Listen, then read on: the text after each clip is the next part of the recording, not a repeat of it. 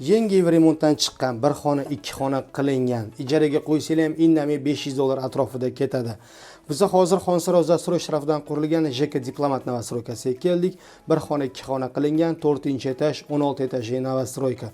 Umumiy maydonimizda 42 kvadrat metr, plus yana o'zini 9 kvadrat metr terrasasi ham bor. Kvartiramizda полностью yangi mebel texnikalarimiz qo'yilgan. Kiruvishimizdan prixoshkamizda chap qo'limizga stroniy shkaflarimiz qilingan, to'rimizda spalniy xonamiz boshlanadi. Bu xonamiz ham keng, полностью mana chiroyli qilib spalniy garnituralar qo'yilgan, bir emas, ikki taraf televizori bor. Xonadonimizning sanuzellarimiz razzenli, bu yerda mana hammomimiz joylashgan, rakvinalarimiz qo'yilgan. Bu yerda esa hojatxonamiz. Remontimiz juda ham chiroyli, hamma joyga svetli ob'yollardan foydalanishgan egalari.